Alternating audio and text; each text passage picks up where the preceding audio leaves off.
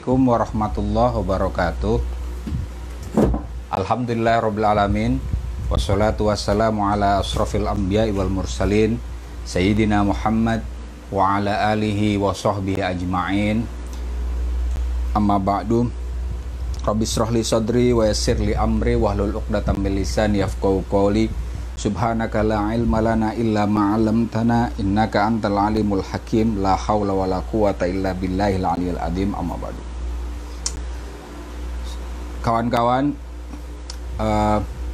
peserta pengajian kitab Faslul Maqal karya Ibn Rushd yang saya hormati, terutama para santri Pondok Pesantren Luhur Ciganjur yang saya sayangi. Alhamdulillah pada siang ini kita bisa kembali mengkaji kitab Faslul Maqal, yang di pertemuan ke-11 ini kita akan membahas tentang meninjau Al-Ghazali yang mengkafirkan filsuf. Saya sengaja semalam saya membaca beberapa kitab yang sudah saya baca sebelumnya. Sebagian adalah bukunya Al-Ghazali, juga beberapa buku Ibnu Sina, dan juga ini bukunya As-Suhrawardi ya. Terutama yang perlu kita tinjau adalah pernyataannya di At-Tahafut al-Falasifah ya. Oke. Di permulaan mari sama-sama kita membaca surah Al-Fatihah. Kita hadiahkan kepada muallif kitab Faslul Maqal wa huwa Abul Walid Muhammad bin Ahmad bin Rushd. Kemudian kepada guru kita Kiai Haji Abdurrahman Muhyiddin atau yang dikenal dengan Gus Dur beserta seluruh keluarga besar Kiai Haji Hasyim Asy'ari. Fatihah juga untuk kedua orang tua kita, seluruh keluarga kita, kerabat kita, guru-guru kita, murid-murid kita, sahabat-sahabat kita, dan semua orang yang menyayangi kita. La'allahu yaghfiru dzunubana wa yukaffir anna an sayyi'atina wa yarhamna wa yuhdina ila hayatin thayyibah wa sa'adah.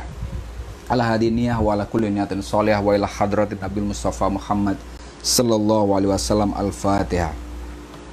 A'udzu billahi minasyaitonir rajim. Bismillahirrahmanirrahim. Alhamdulillahirabbil alamin arrahmanir rahim maliki yaumiddin.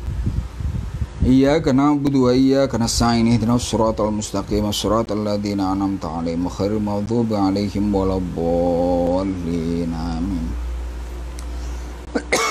Saya agak batuk ini hari. Jadi mohon maaf agak terputus-putus. Bismillahirrahmanirrahim. Qala al-mu'allifu rahimahullahu ta'ala wa nafa'ana bihi bi ulumihi bid-dharaini amin. Takfirul Ghazali al-falasifah mas'alatun fiha nazar. Pengkafiran Al-Ghazali atas para filsuf itu mas'alatun, suatu persoalan fiha nazar yang perlu ditinjau ulang. Kita baca dulu argumen ke-30 ya. Kita baca halaman 101 sampai 102 bagaimana yang saya sudah share di Facebook saya ya. Wa in kulta, apabila engkau mengatakan, fa idza lam yajib, apabila tidak wajib, apa at-takfiru, pengkafiran, bi kharqil ijma'i fil ta'wil, pengkafiran bagi orang yang membeda ijma' ya, konsensus di bidang penakwilan.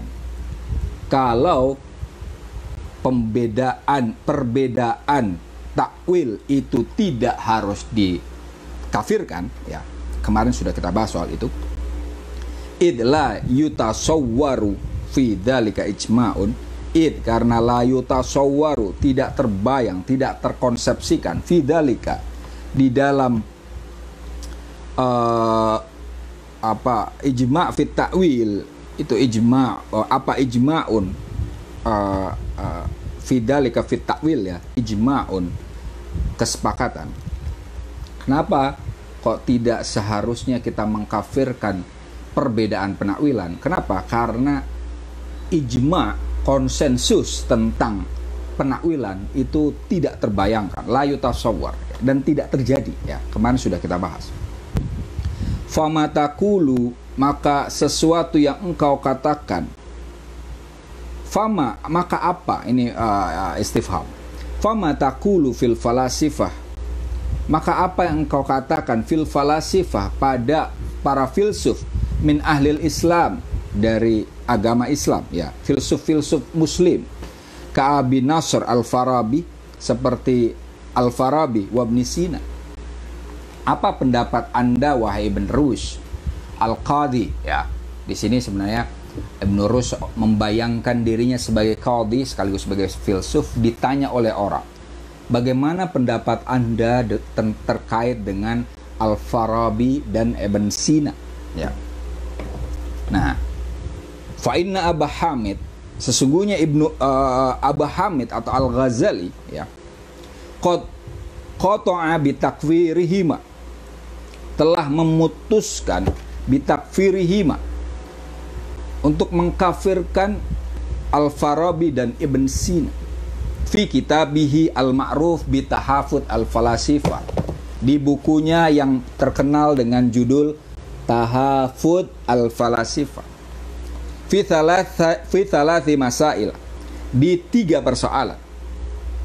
Fil qaul bi qidamil alam, di dalam perkataan tentang keabadian alam, bahwa alam tidak berpermulaan. Wa bi annahu ta'ala, dan bahwa sungguhnya Allah Subhanahu wa ta'ala la ya'lamu, tidak mengetahui al-juz'iyat, hal-hal yang partikular, ta'ala andalika, dan maha tinggi Allah, maha besar Allah dari pernyataan itu.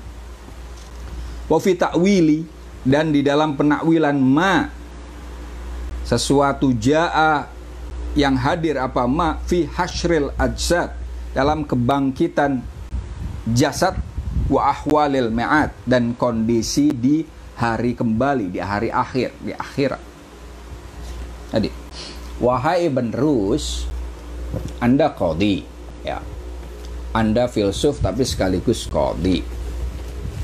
Bagaimana pendapat Anda terkait dengan Ibn Sina, Al-Farabi ya, dan Ibn Sina?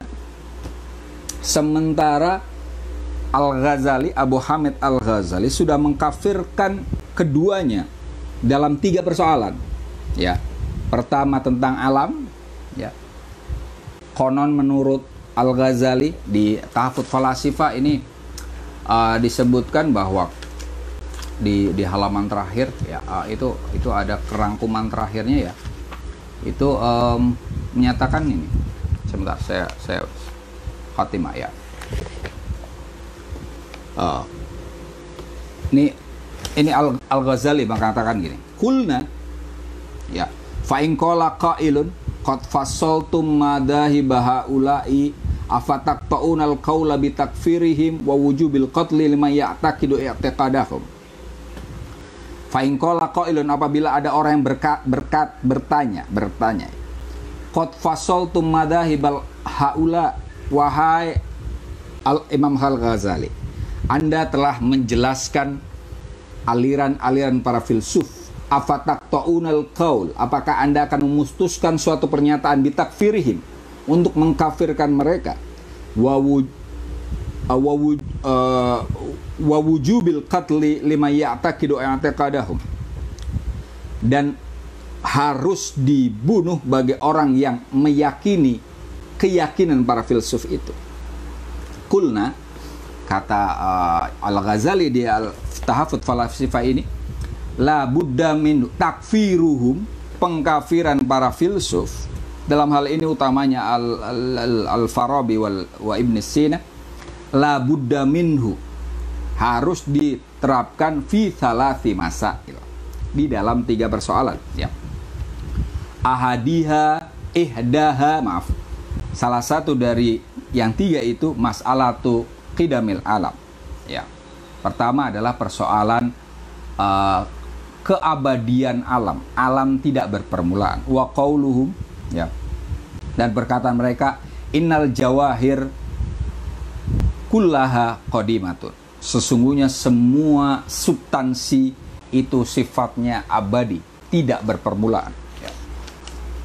Wa thaniyah, yang kedua yang dikafirkan adalah qauluhum, perkataan para filsuf Al-Farabi dan Ibn Sina, innallaha ta'ala, sungguhnya Allah subhanahu wa ta'ala, la yuhitu ilman, tidak mencakup pengetahuan bil juz'iyat, tentang hal-hal yang partikular, al-hadithah, yang baru, ya, hal-hal yang baru partikular, seperti misalnya ini buku ini yang partikular lah, ini buku apa, terbitan mana, ini jam apa, mereknya apa, ini buku siapa penulisnya, itu kan juz'iyat, ya. Konon para filsuf tadi mengatakan bahwa Tuhan tidak mengetahui hal-hal yang partikular itu, ya. Minal ashos, dari orang per orang, ya kan? Orang, nama Anda siapa, ya kan? Oh, sampai detail-detail DNA Anda, Tuhan tidak perlu mengetahui hal-hal yang detail, yang partikular itu. Konon menurut Al-Ghazali, para filsuf mengatakan itu, ya. Kemudian mengkafirkannya. Wa thalithah, yang ketiga adalah perkataan mereka, ingkaruhum ba'tsal ajsad wa hasriyah. Para filsuf mengingkari kebangkitan jasad, tubuh, wa hasriha, dan dikumpulkan lagi nanti setelah kiamat. Itu kan konon ada keyakinan di Islam bahwa nanti tubuh kita setelah mati akan dikembalikan lagi, ya, kemudian disatukan. Nah, itu konon para filsuf menurut Al-Ghazali itu mengingkari itu, ya. Wadil masail ats-tsalas, tiga persoalan ini, la tulaimul Islam biwajhin, tidak sesuai dengan Islam, ya. Itu maka kemudian tadi ini menurut Al-Ghazali sampai titik ini, ya, nanti saya akan baca sampai belakang, ya. Tapi sampai titik ini memang ini pertanyaannya semacam itu. Al-Ghazali sudah mengkafirkan Al-Farabi dan Ibn Sina karena tiga pendapat tadi.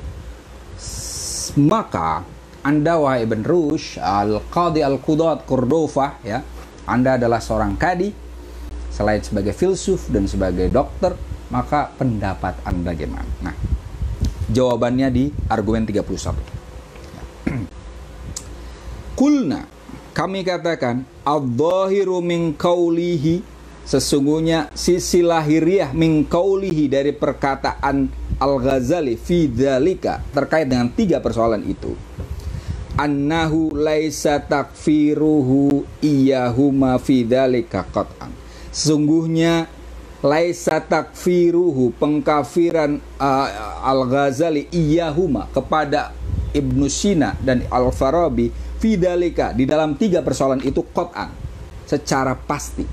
Menurut Ibnu Rushd, Imam Al-Ghazali tidak mengkafirkan dua filsuf itu secara pasti, tidak. Id qad saraha fi kitabit tafriqah, karena sungguh, ya, Al-Ghazali telah menjelaskan berterus terang fi kitabit tafriqah, ya. Kitab Tafriqah itu adalah salah satu kitab karangan Al-Ghazali. Kemarin sudah saya sebut, ya. Judul panjangnya adalah Faisalut Tafriqah Bainal Islam wa Zandaqah, ya. Penentu, pembeda antara Muslim dan Zandaqah, ya. Di kitab itu, ya, ini Al-Ghazali sudah mengatakan anna takfir, bahwa sesungguhnya pengkafiran, bikharqil ijma', dengan membeda dari kesepakatan, fihi ihtimalun, di dalam pengkafiran itu ada ketidakmenentuan, tidak jelas, ya. Ini waqad tabayyana min qaulina, sebelum ke situ kita ngelihat ke pendapat Al-Ghazali dulu ya. Ketika ditanya, apakah Anda Anda wahai Ibn Rushd akan mengkafirkan para filsuf khususnya Al-Farabi wa Ibn Sina, karena Al-Ghazali setelah mengkafirkan keduanya? Ibn Rushd mengatakan, oh tidak, keliru kalau dikatakan Al-Ghazali mengkafirkan keduanya. Di sini bukti yang diajukan oleh Ibn Rushd adalah pernyataan Al-Ghazali di kitab Faisal At-Tafriqah Bainal Islam wa Zandaqah ya. Yang ada di saya adalah terbitan Darul Kutub Ilmiah Beirut tahun 1986 halaman 139. Itu ada satu pernyataan begini ya. Fa'id yaqul Al-Ghazali, Imam Ghazali mengatakan begini. Fa'idan, jadi man khalafal ijma', orang yang membeda dari kesepakatan ya. Walam yathbut indahu ba'dun, dan tidak menetap pengetahuannya tentang hal yang telah dikesepakati itu indahu padanya, ba'dun setelah itu sudah ada ijma, tapi ada orang yang tidak mengetahui ijma ya. Fahuwa jahilun mukhti, maka orang yang tidak mengetahui atau membeda dari ijma itu dianggap sebagai orang yang tidak tahu dan keliru ya. Walaysa bimukdzibin, dan bukan orang yang mengingkari lima ja'a bihi Rasul, tentang apa yang telah disampaikan, dihadirkan oleh Rasulullah. Fala yumkinu takfiruh, maka tidak mungkin orang yang membeda dari ijma itu dikafirkan, tidak mungkin. Itu pernyataan Al-Ghazali. Taruhlah tadi ya bahwa Allah, tentang alam, tentang tentang hari kiamat, itu taruhlah itu menjadi ijma. Seandainya ada orang yang mengingkarinya, itu tidak dinyatakan sebagai kafir oleh Ibn Rushd, oleh Al-Ghazali ya. Itu dikatakan oleh Ibn Rushd di Faisal At-Tafriqah. Kita kembali ke buku ini ya, Tahafudz Falasifah juga sama ya. Di awal tadi saya sudah bilang ya bahwa sepertinya Al-Ghazali mengkafirkan para Ibn Sina dan Al-Farabi dalam 3 persoalan tadi ya. Tapi ini di halaman 309 disebutkan gini ya.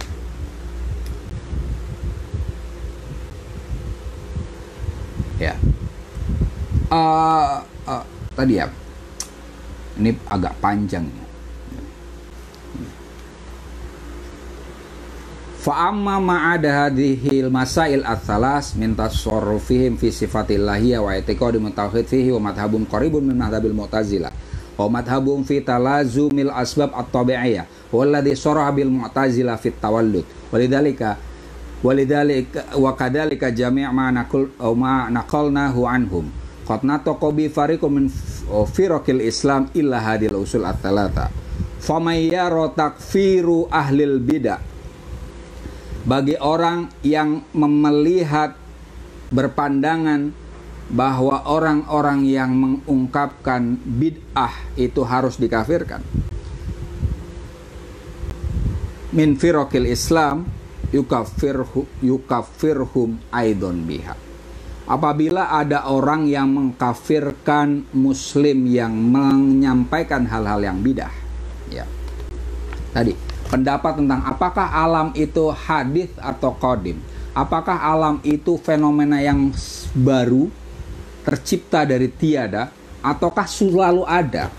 Pembahasan itu adalah sesuatu yang baru bagi umat Islam ya. Pembahasan itu setelah umat Islam berinteraksi dengan filsafat. Nah, sebagian orang yang menganggap bahwa hal-hal yang bidah, ya, hal-hal yang baru yang pembahasannya dulu di zaman Nabi tidak ada, itu akan mengkafirkan mereka. Ya. Ini para filsuf membahas hal-hal yang tidak dibahas oleh sebelumnya para nabi dan sahabatnya, maka mereka bid'ah. Nah, orang yang membid'ahkan hal-hal yang lama yang tidak dibahas oleh generasi lama, maka akan menganggap mengkafirkan para filsuf yang membahas hal-hal yang baru itu. Wa may yatawaqqaf ala takfir wa yaktarsiru ala takfirin bihadil masail ats-tsalatsa. Adapun orang yang tawakuf, ya, yang tidak mau mengkafirkan, maka minimal dia akan menganggap bahwa para filsuf itu, utamanya Al-Farabi wa Ibn Sina, itu takfirum bihadil masail ats-tsalatsa. Mereka kafir karena 3 persoalan itu, ya. Nah, ini yang pendapatnya Al-Ghazali. Wa amma nahnu, adapun kami, Al-Ghazali, falasna nu'thirul an, maka kami tidak terpengaruh saat ini al-haud untuk masuk fi takfiri ahlil bidah, dalam mengkafirkan orang-orang yang melakukan bidah, ya. Wa ma yasihu minhu wa ma la yasihu, apa yang sah di dalam pendapat mereka, wa ma la yasih, apa yang tidak sah. Kaila yahrujal kalam anil maksud hadal kitab, supaya tidak keluar, saya dalam hal ini Al-Ghazali tidak keluar dari maksud kitab Al-Fahfud Falasifah ini. Wallahu ta'ala al-muwafiq lis-shawab. Tadi Al-Ghazali di paragraf terakhir kitab Tahafut Falasifah itu, lasna nu'thirul an al-haud fi takfiri ahlil bidah. Seandainya para filsuf dalam hal ini Al-Farabi dan Ibnu Sina dianggap sebagai ahlul bidah, ya, maka Al-Ghazali yang kemarin sudah kita bahas bahwa dia adalah tokoh penting di ahli sunnah wal jamaah, itu ternyata juga tidak mau masuk ke dalam pendapat itu. Artinya Al-Ghazali, seperti yang disebutkan oleh Ibn Rushd di sini, ya, tidak memastikan, tidak memutuskan secara pasti bahwa Al-Farabi wa Ibn Sina itu kafir karena 3 pendapat tadi. Oke. Kemudian tadi di Faisal At-Tafriqa menyatakan seperti itu. Tidak ada, kalau membeda dari ijma, maka itu dianggap orang yang nggak tahu dan tidak perlu dianggap sebagai orang yang mukdib dan tidak patut untuk dikafirkan. Nah, oke. Ditambah lagi oleh Ibn Rushd pendapatnya semacam ini. Wa qad tabayyana min qaulina, dan kami telah jelas dari perkataan kami. Ana usya'an laisa yumkinu, tidak mungkin ayyatakarrar, untuk menetapkan ijma', kesepakatan fi amthali hadhil masail, dalam persoalan semacam ini. Lima ruya an katsirin minas salafil awal, karena banyak karena sesuatu yang diriwayatkan oleh banyak dari golongan pendahulu yang pertama, fadlan an ghairihim, lebih daripada yang lainnya. Annahahuna, bahwa di sini, ya, di dalam kitab di dalam Alkitab Al-Qur'an, takwilat, ya, terdapat penakwilan yajibu alla yafsoha biha, yang wajib alla yafsoha, tidak jelas biha tentang takwil itu, illa, kecuali liman huwa min ahli takwil, bagi orang yang bisa untuk menakwilkan. Wahumur rasikhuna fil ilmi, dan mereka adalah orang-orang yang mendalam pengetahuannya. Li'annal ikhtiyar indana, karena yang kami pilih, huwal wukuf, adalah bacaan wakaf, ala qauli ta'ala, di ayat di pernyataan Allah, firman Allah Subhanahu wa taala, warasikhuna fil ilmi. Di ayat Al-Imran ayat 7 itu kan, wala ya'lamu ta'wilahu illallah warasikhuna fil ilm. Ya, biasanya di Al-Qur'an yang dicetak Saudi, ya, dan kemudian diikuti di Indonesia, itu kan wakafnya ada di illallah ya. Nah, tapi Ibn Rushd menyatakan wakafnya itu sampai warasikhuna fil ilm, bukan di Allah. Wala ya'lamu ta'wilah, wala dan tidak mengetahui ta'wilahu, penakwilan ayat-ayat Al-Qur'an illallah warasikhuna fil ilmi, kecuali Allah dan orang yang mendalam pengetahuan ya. Ay alladzi tsabatuna fihi ya. Itu pendapat Ibn Rushd bahwa takwil itu mungkin untuk dilakukan oleh Allah dan orang yang mendalam pengetahuannya. Nah, li'annahu, karena sya'an, idza lam yakun ahlul ilmi, apabila tidak ada siapa ahlul ilmi, orang yang berpengetahuan, ya'lamuna ta'wila, mengetahui takwil, lam takun ingdahu, maka tidak ada bagi orang yang berilmu itu maziyatut tasdik, keutamaan dalam keyakinan, tujibulahum, yang mewajibkan bagi mereka minal iman bihi, untuk mengimaninya, mala yujadu, sesuatu yang tidak terdapat ingda ghairi ahlil ilmi, pada selain ahlil ilmi. Waqad wasafahumullah bi'annahumul mu'minuna bih, sementara Allah telah menyebut, mengatribusi orang-orang yang berilmu itu sebagai orang-orang yang beriman. Tadi, kalau orang-orang yang berilmu tidak dinyatakan mampu untuk menakwilkan, maka ayat yang tadi, Ali Imran 7 tadi, menjadi agak rancu ya. Seharusnya kan rosihuna fil ilmi itu orang yang dikhususkan ya, dengan disebutkan bahwa wala ya'lamu ta'wilahu illallah warasihuna fil ilmi yaquluna amanna bih kullu min 'indi rabbina wa ma yadzakaru illa ulul albab ya kan. Amanna bih ya kan? Orang-orang yang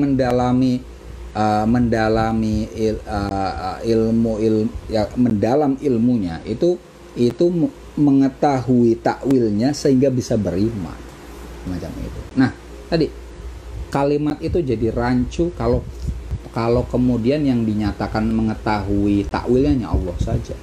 Nyatanya penakwil banyak ya kan. Kita bicara tentang fenomena saja. Mufasir itu kan muawil ya kan.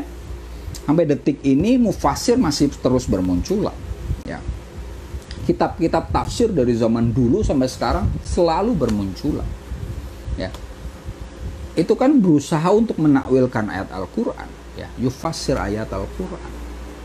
Apakah kemudian kita katakan mereka tidak bisa menafsirkan? Ya bisa, kenyataannya bisa menafsirkan kok ya kan. Artinya kalau kemudian hanya Tuhan yang bisa menakwilkan ayat-ayat Al-Quran, berarti ilmu tafsir itu hilang semuanya. Kenyataannya ada, ya kan? Kenyataannya ada. Kalau kemudian ilmu tafsir ada, mufasir ada, maka seyogyanya wakafnya tidak di Allah, tapi di rosikhuna fil ilm. Itu yang dikatakan oleh Ibn Rushd. Oke, kita kembali ke yang tadi, ya. Al-Ghazali itu pendapatnya sebenarnya apa sih, ya kan? Biasanya salah satu hal yang mengakibatkan orang-orang Sunni tidak belajar filsafat itu kan karena merujuk ke Al-Ghazali, ya kan? Misalnya yang dibaca adalah apa namanya, ya apa sih, Ihya Ulumuddin misalnya, ya kan? Ihya Ulumuddin itu ini ya, Ihya Ulumuddin jilid pertama ada tentang filsafat. Ya. Di sini di halaman ini yang saya punya terbitan Darul Fikr jilid 1 itu di sini disebutkan ya bahwa di apa namanya di dalam ini ya, ba'duha kufrun wa ba'duha bid'ah, masih ngomong kayak gitu. Memang sebagian filsafat itu ada yang kufur wa ba'duha bid'ah, satu yang bid'ah. Oke. Memang Al-Ghazali setitik tertentu masih bicara gitu. Apalagi misalnya Al-Munqidh Minadh Dhalal ya. Sedang dibaca oleh Mas Ulil nih dua-duanya, ya kan? Di Al-Munqidh Minadh Dhalal juga di pembahasan soal filsafat itu di awal-awal ya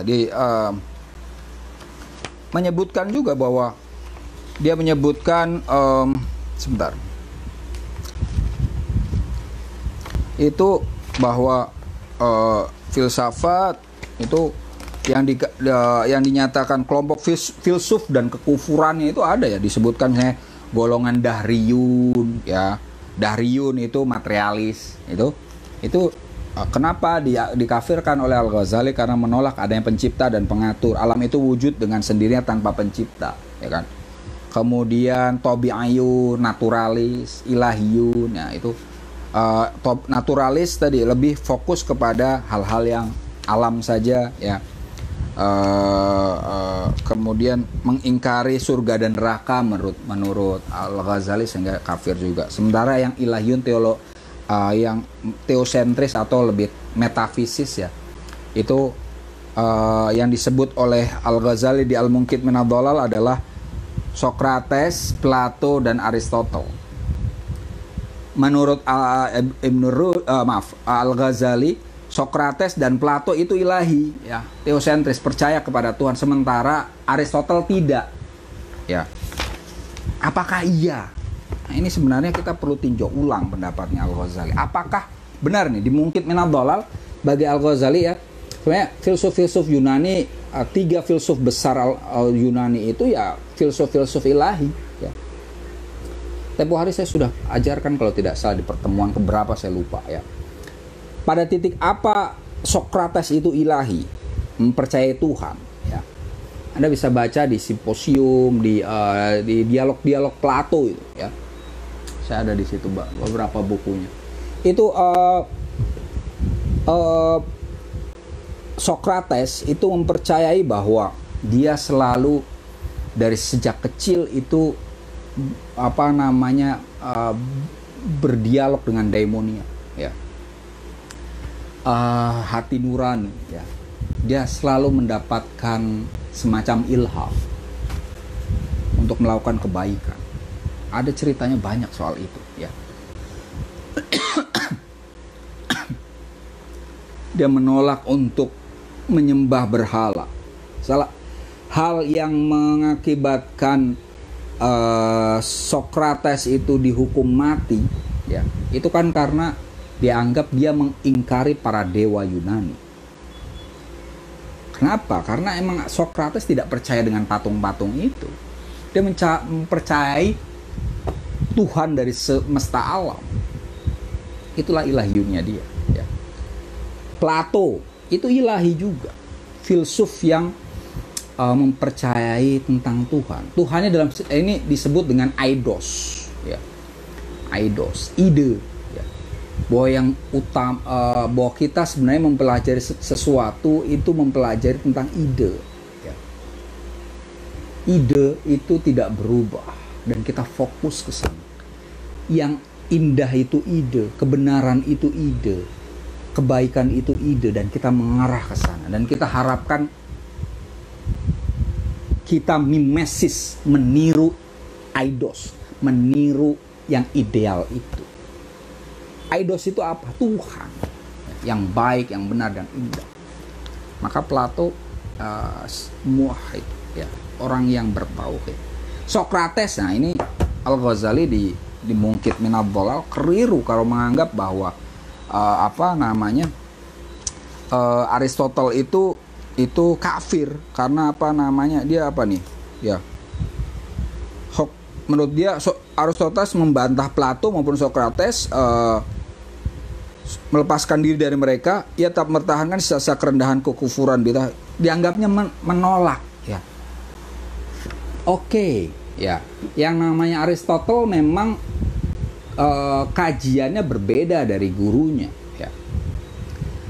Sementara Plato itu idealis, Aristotle itu lebih sifatnya empiris dan agak materialis ya.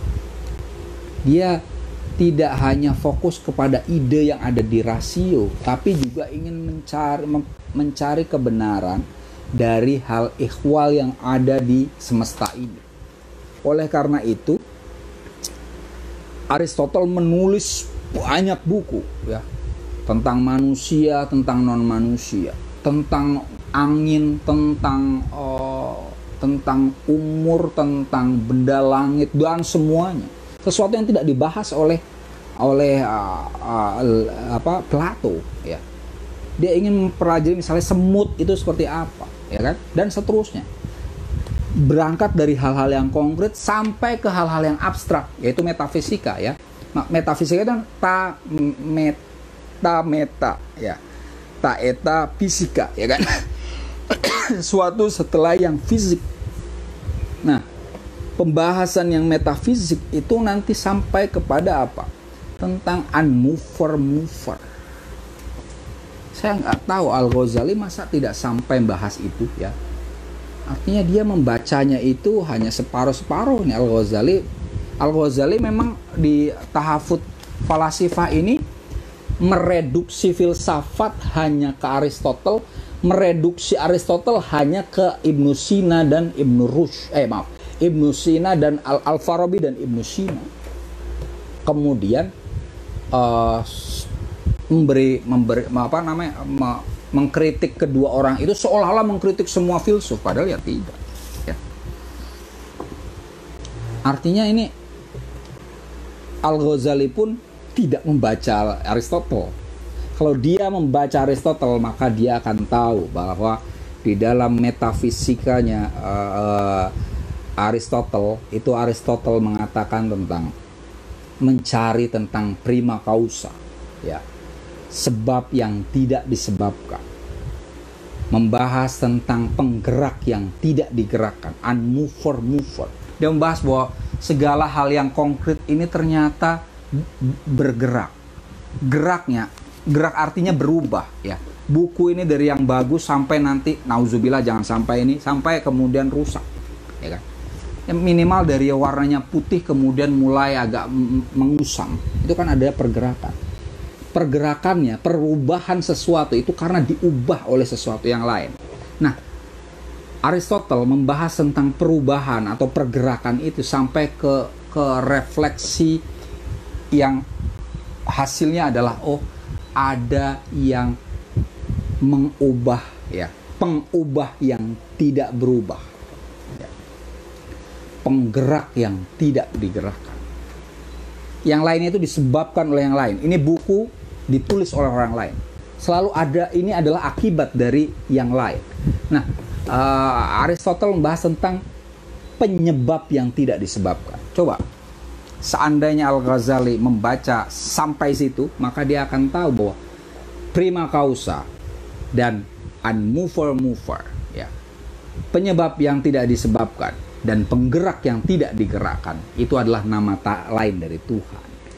Nah, dengan menyatakan itu, maka Aristotle pun sebenarnya orang yang muwahhid, mengesahkan Tuhan. Oke. Itu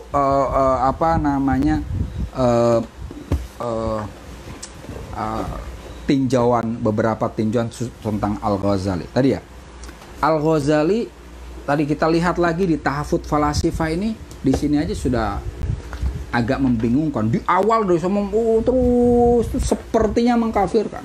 Tapi di akhir la nu'thirul ana fil khawd ala takfiri ahlul bidah. Saya adapun kami tidak mau masuk ke ranah untuk mengkafirkan ahlul bidah, dalam hal ini para filsuf, orang-orang yang melakukan bidah. Tidak mau. Artinya colong pelayu juga. Nah, memang ini tahafut falasifah yang saya punya ini ditahqiq dan oleh Sulaiman Dunya. Ya, Sulaiman Dunya adalah salah satu syekh di Al-Azhar. Itu di pengantarnya disebutkan di sini bahwa Al-Ghazali ketika menulis tahafut al-falasifah itu apa? At-tahafut ulifat fi fatrah asyak al-khafif ya. Tahafut al-Falasifa ini dikarang oleh Al-Ghazali ketika Al-Ghazali dalam suasana syak al-khafi, skeptis yang agak kecil ya. Al-Ghazali itu pakar memang ya. Anda kalau membaca Al-Munqidh Minadh Dhalal akan ketemu bahwa Al-Ghazali itu adalah pengelana intelektual ya. Dia menyukai wacana-wacana yang hidup di masanya dan mendalaminya sedalam mungkin ya. Dia mendalami ilmu lahiriah dalam. Lahiriah berarti apa? Ilmu fikih. Dia sampai mengkarang ilmu-ilmu buku-buku fikih seperti yang tempo hari saya sebutkan. Al-Mustaswa salah satu buku fikih ya, usul fikihnya Al-Ghazali ya. Ilmu-ilmu zahir ya. Termasuk dalam hal ini tadi ya. Oke. Kemudian mempelajari ilmu batin ya. Tadi yang dohir selain itu adalah ilmu kalam. Ilmu kalamnya Al-Ghazali itu sampai pusatnya juga. Banyak buku-buku Al-Ghazali tentang ilmu kalam ya, sampai pusatnya. Nah, contohnya yang dulu waktu saya di Al-Azhar itu saya hafalkan ya, karena memang kami di sana itu ujian itu kan close book ya, dan harus menguasai kitab ya. Kitab itu ada sekian kitab, misalnya 3 kitab kita harus masuk semua ke otak. Nah, salah satunya tadi Al-Iqtisad fil I'tiqad itu kami harus keluar kepala waktu di Al-Azhar dulu. Itu di sampai batas yang tinggi juga Al-Ghazali di ilmu kalam. Apalagi filsafat tadi ya. Filsafat Al-Ghazali menulis Maqasid Falasifah ya. Sebelum Tahafut Falasifah itu beliau menulis maksud-maksud para filsuf ya. Kemudian menulis Tahafut Falasifah, kerancuan para filsuf menulis. Sebelum ini beliau juga menulis tentang mantek, logika. Itu 3 buku sekaligus ya. Pertama Mihak Nadhar, kemudian Qistos Mustaqim, satu Mi'yarul Ilmi ya. Mihak Nadhar, Mi'yarul Ilmi sama Qistos Al-Mustaqim. 3. Dahsyat. Tentang ilmu tasawuf ya tadi. Ilmu kebatinan itu mendalamnya luar biasa juga. Salah satunya ya buku tasawufnya adalah Ihya Ulumuddin ini ya. Kemudian tadi Munqidh Minadh Dhalal ya. Munqidh Minadh Dhalal itu bagian dari tasawuf, tapi itu lebih ke filsafat nanti. Mendalam terus. Nah, sebelum kalau teman-teman sempat nonton film Alchemist of Happiness ya, itu film tentang Al-Ghazali ya, Al-Ghazali. Itu film bikinan Hollywood kalau nggak salah. Iya betul. Itu filmnya bagus ya. Di situ akan ketemu kalian bahwa Al-Ghazali itu pernah mengalami fase skeptis. Dia jago, berbagai ilmu dia menguasai. Jadi mau berdebat dengan siapapun itu siap. Ditanya apapun dia siap dengan jawaban yang mendukung ataupun menolak. Palu gada lah, palu mau gua ada. Jadi kalau orang mau minta fatwa ke Al-Ghazali saat itu bisa tergantung permintaan. Contohnya waktu Al-Mustadhir ya, meminta Al-Ghazali untuk mengkritik Syiah ya. Itu Al-Ghazali menulis Fadha'i al-Batiniyah ya. Al-Fadha'ili al-Mustadhiriyah ya. Itu menulis tentang bahwa batiniyah dalam hal ini Syiah itu sesat, menyesatkan ya. Dianggap oleh Al-Ghazali karena apa? Dibayar oleh khalifah. Jadi saat itu Al-Ghazali itu menjadi rektor Nidhamiyah di umur yang masih muda, 30-an tahun. Argumennya kuat, baik yang pro dan kontra. Tapi kemudian beliau sempat mengalami syak khafif, ya, ragu. Nah, ketika ragu, syak khafif, dan ini disebutkan di sini, ya. Alafa al-Ghazali kitab at-tahafut khina kana yatlubul jah wa syahra. Al-Ghazali menulis buku tahafut falasifah itu khina kana yatlubul jah, ketika Al-Ghazali mencari kedudukan wa syahra dan kepopuleran. Beliau menulis ini itu mencari duit. Saat itu disebutkan di buku ini oleh Sulaiman Dunya ya, Syekh Sulaiman Dunya, bahwa saat itu beliau ada di Buaihin, musuhnya Buaihin ada dia orang-orang Seljuk, maaf, musuhnya adalah Buaihin ya. Beberapa Seljuk itu Sunni, musuhnya adalah Syi'i, Mu'tazili dan seterusnya. Nah, maka dicarilah orang Sunni yang mau membela Seljuk. Lawannya ini menguasai filsafat dengan kuat. Ya, Al-Farabi, Ibnu Sina itu kan orang Syiah. Ya. Nah, kemudian Al-Ghazali mengkritiknya karena permintaan penguasa. Setelah mengkritik Al-Farabi dan Ibnu Sina, wajada as-syahra, wajada al-jahwa syahra, dia mendapatkan popularitas dan juga kedudukan tadi, menjadi rektor Nidhamiyah.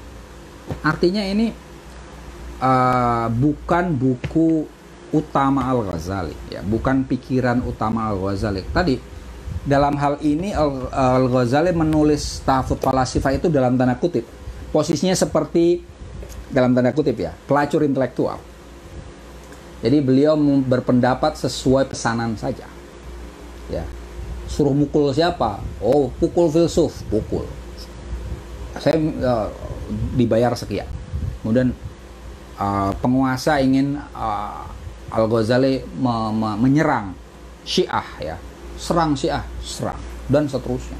Jadi itu kalau orang tukang pukul kayak gitu, apakah itu benar-benar pemikiran utamanya? Tidak. Nah, nanti di fase-fase akhirnya, kalau kalian menonton Alchemist of Happiness, itu akan kelihatan bahwa Al-Ghazali ketika sampai taraf itu akhirnya beliau tidak bisa ngomong di Nidhamiyah. Ya, ibarat kayak saya saat ini sedang ceramah itu karena tahu karena bisa memutarbalikkan fakta Al-Ghazali saat itu, sehingga beliau tidak bisa ngomong lagi. Beliau ragu. Al-Ghazali itu sampai taraf di sini sebutkan ahli zindik juga. Al-Ghazali itu pernah mengalami tidak percaya pada Tuhan, ya, mengalami kondisi ateis berarti kan, minimal agnostik pernah, karena beliau mengetahui argumen untuk membela ataupun meruntuhkan argumen tentang eksistensi Tuhan. Beliau menguasai itu semua, maka syak. Nah, kalau kalian membaca buku Al-Ghazali sampai mengikuti fase-fasenya, maka akan ketemu bahwa di akhir hayatnya Al-Ghazali itu sependapat dengan Al-Farabi dan Ibnu Sina. Anda akan tahu itu kalau membaca buku Mishkatul Anwar. Ya. Buku Al-Ghazali yang menjadikan Al-Ghazali terkenal memang dua, ya. Ihya, ini dua buku ini nih. Ya, Ihya Ulumuddin dan Tahafut Falasifah. Tapi kalau ingin tahu pendapat akhir dari Al-Ghazali, itu Mishkatul Anwar, ya. Mishkatul Anwar itu refleksi Al-Ghazali tentang saya punyanya PDF-nya, tidak punya buku cetaknya, ya. Mishkatul Anwar itu tapi saya sudah catat beberapa tentang Mishkatul Anwar itu ya.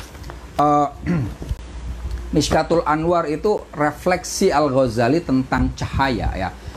Surat An-Nur ya. Bunyinya gini. Bismillahirrahmanirrahim. Allahu nurus samawati wal ard. Mathalu nurihi kamishkatin فيها مصباح المصباح في زجاجة الزجاجة كأنها كوكب دري يوقد من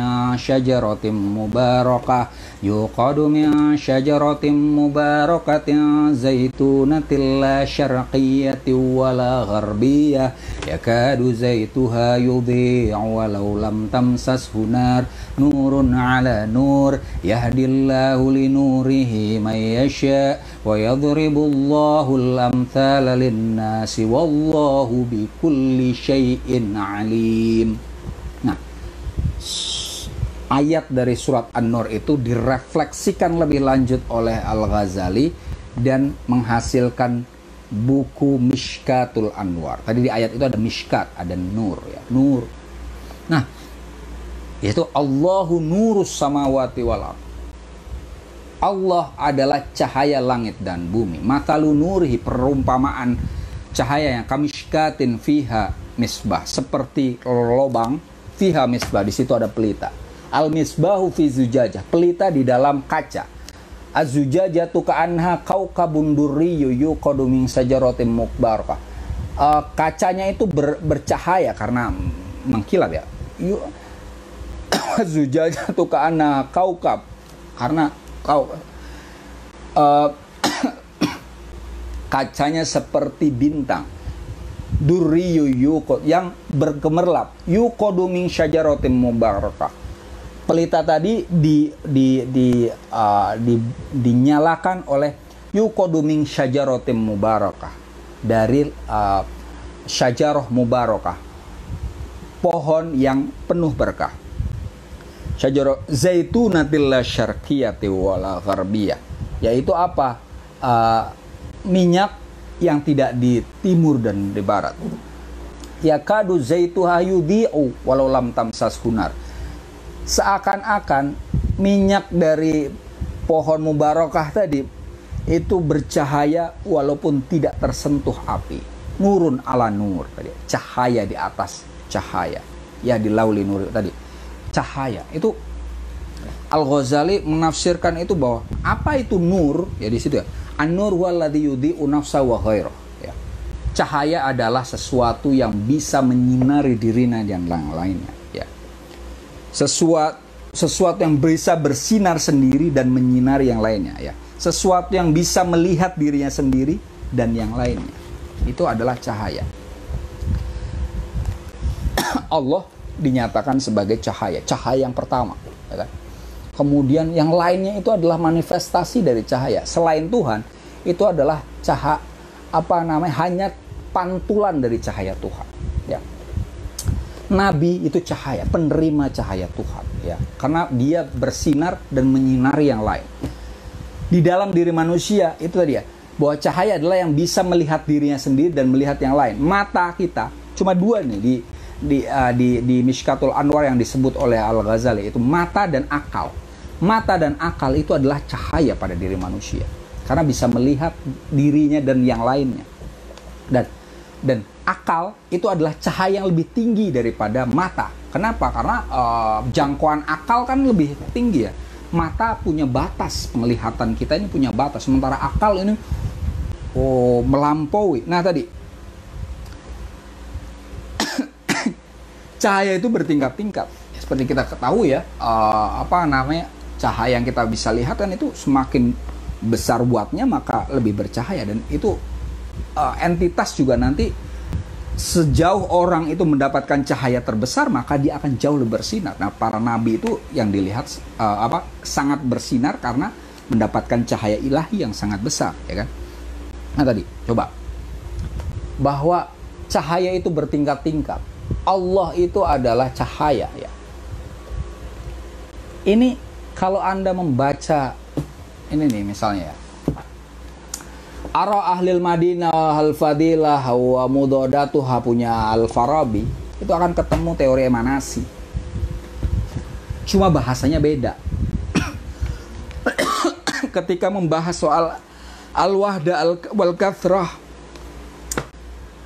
Al-Ghazali mengatakan bahwa dalam Fifardaniyah, Al-Ghazali di Mishkat menyebutnya Fifardaniyah, dalam kesatuan itu tidak ada lagi al-kathrah ya. Al-kasroh itu minal wahdaniyah, dari yang satu.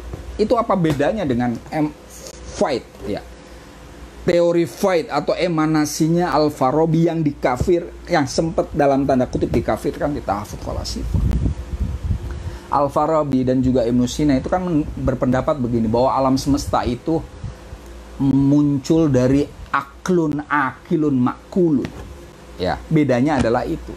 Al-Farabi menggunakannya istilahnya bahwa Tuhan itu akal yang berpikir dan difikirkan. Akal yang berpikir dan difikirkan itu memikirkan dirinya sendiri. Dengan memikirkan diri sendiri muncullah akal kedua, terus sampai akal ke-10. Dan itu nanti sampai ke alam semesta. Ini sama saja. Al-Ghazali membahas soal cahaya pertama. Nanti dari cahaya pertama ini ada yang mendapatkan cahaya terus. Cuma memang tidak detail. Al-Ghazali masih masih tidak mendalam. Nanti pendalamannya ada di mana? Syekhul Isyraq, Suhrawardi ya. Miskatul Anwar itu nanti dibaca oleh Suhrawardi ya. Ini saya ada 2 jilid. Nah, disinilah baru di yang jilid satunya itu dijelaskan bahwa cahaya pertama sampai memunculkan alam semesta ini. Jadi sebenarnya teori cahaya ini itu adalah pembahasan lain dari teori void ya, teori emanasinya Al-Farabi ya. Nanti kemudian di sini apa? Disebutkan bahwa cahaya utama ya kan. Cahaya yang sejati adalah Tuhan. Ibnu Sina ya, Anda bisa baca salah satunya di Isyarat wa Tanbihat saja ya. Ada 3 bukunya Ibnu Sina yang utama ya, An-Najat, Asy-Syifa, An-Najat, kemudian Isyarat wa Tanbihat. Saya yang punya buku cetaknya adalah Isyarat wa Tanbihat. Itu disebutkan apa? Ibnu Sina tidak menyebut Allah, tapi yang disebut dengan wujud ada. Wajibul wujud. Kita semua ada, tapi ada yang harus ada yang tidak harus ada. Nah, Allah yang kemudian disebut sebagai wajibul wujud itu adalah Allah. Tapi beliau tidak menyebutkan Allah, menyebutnya adalah wajib ada. Tadi yang Al-Ghazali menyebutnya adalah an-nur al-haqiqi, cahaya yang sejati. Itu bahasa lain bagi Tuhan. Artinya Al-Ghazali di akhir hayatnya, minimal ketika dia sudah menulis Miskatul Anwar, itu hanya membahasakan lain apa yang selama ini diungkapkan oleh Al-Farabi dan Ibnu Sina. Artinya beliau tidak mengkafirkan, beliau mengafirmasi ya tentang hal itu, semacam itu. Oke. Al-Ghazali memang sepertinya inkonsisten, memang ada unsur inkonsisten karena tadi. Tapi di akhir hayatnya Al-Ghazali itu adalah filsuf sufi, ya, sufi filsuf. Lebih dikenal di Indonesia memang sebagai sufi ya. Dalam hal ini juga Miskatul Anwar masih kecenderungannya sufistik ya. Nanti ditarik ke filsafat lagi oleh Suhrawardi. Maka kalau kawan-kawan belajar filsafat Islam di kalangan orang-orang Iran ya, peta filsafat Islam di studi filsafat Islam Iran itu kan mulainya dari Al-Kindi, Al-Farabi, Ibnu Sina, Al-Ghazali, baru nanti Suhrawardi kan sezaman dengan Ibnu Arabi, baru setelahnya adalah Mula Sadra ya. Tadi Al-Kindi, Al-Farabi, Ibnu Sina, kemudian siapa? Bawahnya Al-Ghazali. Baru Al-Ghazali, setelah itu Suhrawardi. Suhrawardi di sini ada Ibnu Aflatun ya. Ibnu Arabi itu disebut sebagai putra Plato. Baru dari situ Mula Sadra menggabungkan antara filsafat peripatetik yang diwakili minimal oleh 3 orang ya. Al-Kindi, Al-Farabi dan Ibnu Sina. Kemudian filsafat Isyraqiyah ya, iluminatif, itu yang mulai dari Al-Ghazali kemudian disempurnakan oleh oleh Suhrawardi dan secara tasawuf dikuatkan oleh Ibnu Arabi, baru kemudian Mulasadra memunculkan hikmah muta'aliyah, transcendental filosofi kan. Macam itu. Al-Ghazali versi apa namanya Syiah ya, itu filsuf ya. Sementara di karangan Sunni paling tidak pengkaji filsafat non Iran ya, paling tidak seperti saya di Mesir ya, filsuf Islam, Al-Ghazali tidak dimasukkan sebenarnya. Al-Ghazali kalau di Azhar dimasukkan.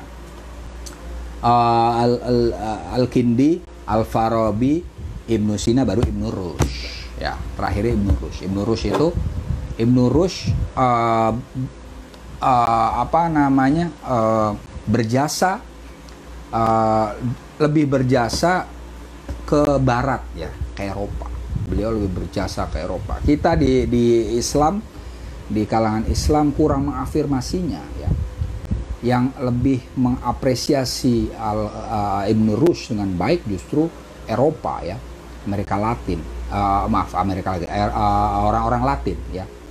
Dari situlah muncullah pencerahan di Eropa, kemajuan di Eropa. Sementara Al-Ghazali tadi memang betul bahwa Al-Ghazali itu luar biasa ya. Luar biasa, dia pada titik tertentu setaraf dengan Descartes ya, René Descartes tulisannya, tapi itu nama Prancis kan, René Descartes.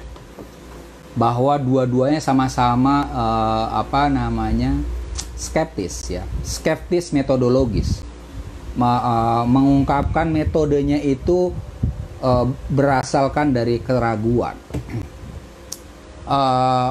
Al-Munqidh Minadh Dhalal itu percis dengan bukunya apa namanya Descartes yang metafisik apa namanya meditation on first philosophy ya, meditasi filsafat pertama, itu hanya ya apa ya istilahnya pengalih bahasaan Munqidh Minadh Dhalal sebenarnya gitu. Al-Ghazali meragukan berbagai segala hal, termasuk tentang apakah saya ini tentang tadi panca indera semuanya gitu. Baru kemudian mempercayai kepada rasio dan sebagainya. Descartes melakukan itu kan ya. Cuma nanti endingnya beda. Descartes itu apa namanya mengakibatkan kemajuan di Eropa ya. Beliau disebut sebagai bapak filsafat modern ya. Dari Descartes muncul rasionalisme nanti ada Leibniz, ada Spinoza dan seterusnya ya.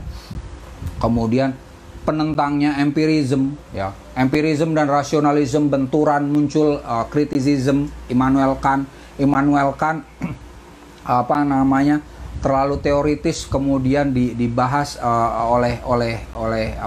muncul Hegel ya, Hegel yang dialektis, tapi dialektikanya masih sifatnya rasional, muncul apa namanya Marx, dialektika materialis dan seterusnya.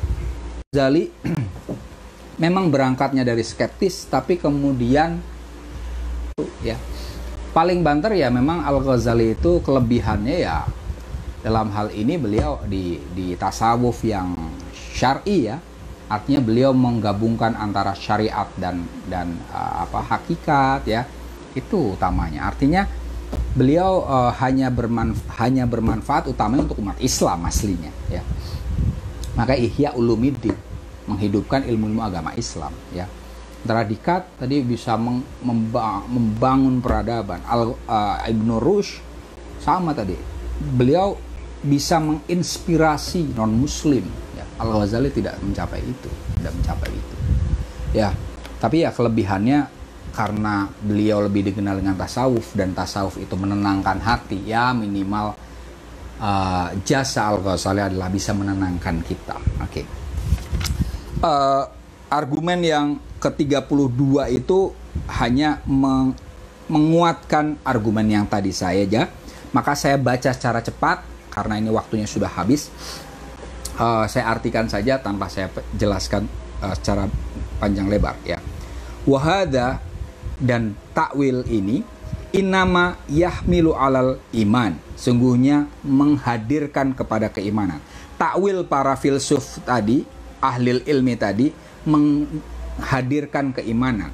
Alladhi yakunu min kibalil burhan, yang hadir dari sisi demonstrasi ya. Wahada la yakunu, wahadal iman, iman ini la yakunu, tidak terjadi illa ma'al ilmi bit ta'wil, kecuali dengan pengetahuan dengan takwil. Fa inna ghaira ahlil ilmi, sesungguhnya selain ahlul ilmu minal mu'minin, dari orang-orang beriman, hum ahlul iman bihi, mengimani ayat-ayat Al-Quran, la min kibalil burhan, tidak dengan cara berpikir demonstratif. Fa in kana hadzal iman, apabila ada apa iman alladzi wasafallah, yang disebutkan oleh Allah bihi wasafallahu bi al ulama khason, yang mana Allah menyebutkan iman itu secara khusus pada para ulama, bihim ya, khusus bagi ulama.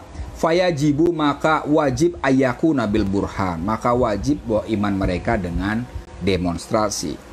Wa in kana bil burhan, apabila iman itu dengan demonstrasi, fala yakunu, maka iman itu tidak terjadi illa ma'al ilmi bit ta'wil, kecuali dengan pengetahuan bit ta'wil, dengan penakwilan. Li'anna Allah Ta'ala, karena sungguhnya Allah Ta'ala qad akhbaro, telah memberitahukan, annalaha, bahwa sungguhnya pada ayat-ayat itu takwilan, penakwilan, wal hakikoh, yang mana takwil itu benar, wal burhan, dan pemikiran demonstratif, la yakunu, tidak terjadi illa alal hakikoh, kecuali tentang kebenaran, ya kan?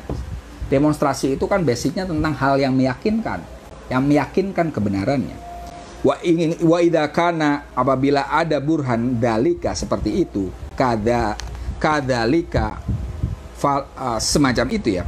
Wa in kana dzalika kadzalika, apabila burhan itu seperti itu, fala yumkinu, maka tidak mungkin ayyatakarrara, untuk memutuskan fit ta'wilat, pada penakwilan, allati khassallahu al ulama biha, yang dikhususkan oleh Allah pada ulama, ijma'un mustafidun ya, terjadinya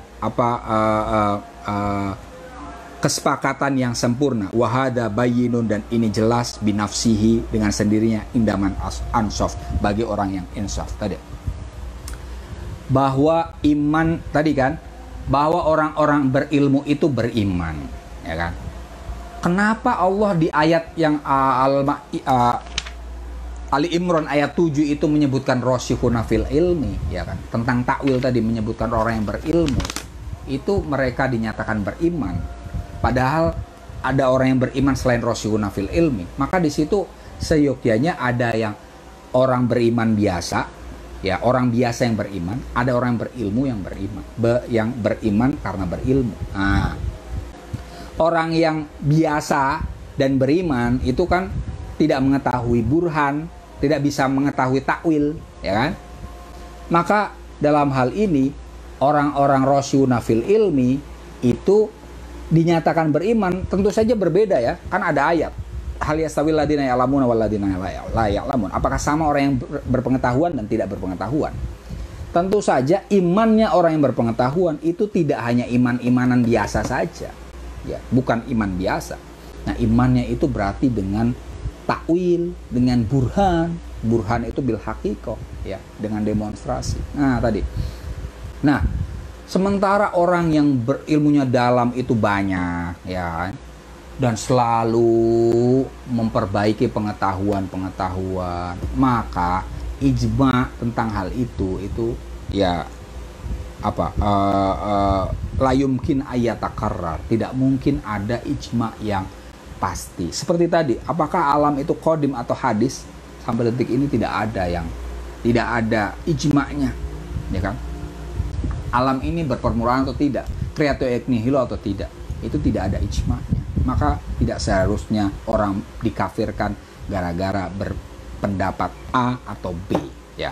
Tapi tentang itu kita akan membahas di pertemuan berikutnya, karena saya sudah lewat 5 atau 10 menit. Itu saja untuk hari ini. Terima kasih atas perhatian Anda semua. Walafu minkum. Assalamualaikum warahmatullahi wabarakatuh.